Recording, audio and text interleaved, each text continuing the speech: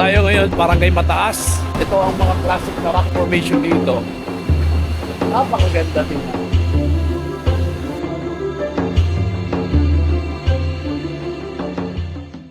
Maaga kami pumalaot para puntahan ang isa sa pinakamagandang rock formation dito sa isla na matatagpuan sa Barangay Mataas, Makakay, Albay.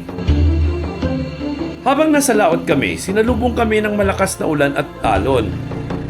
Yan, maray-ray ko sa adventure make, kaso inabot kami ng uran. Kaya, sige, tuloy lang.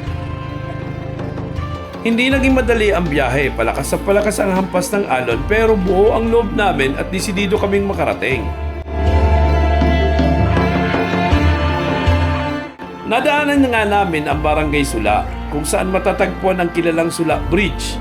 Isang tanawin na kahit saglit lang mo makita, mapapahinto ka talaga.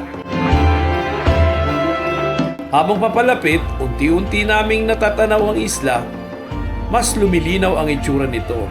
Kahit patindi ng patindi ang hagupit ng alon. At sa wakas, narito na kami. Isang isla na hindi madaling marating, pero sa oras na makita mo ang ganda nito, mararamdaman mong sulit ang bawat pagod. Ito ang isa sa mga lugar na parang Palawan. Pero dito lang yan sa Bakakay. Mula sa kakaibang rock formations, hanggang sa pinong-pinong white sand, ramdam mo agad ang ganda at katahimikan ng lugar.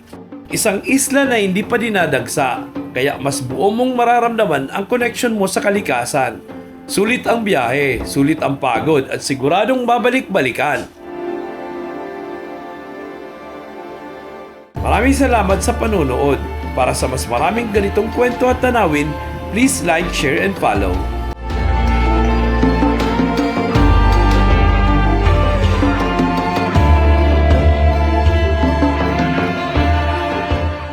Ito ang isa sa mga tinatagong yaman ng Bakakay.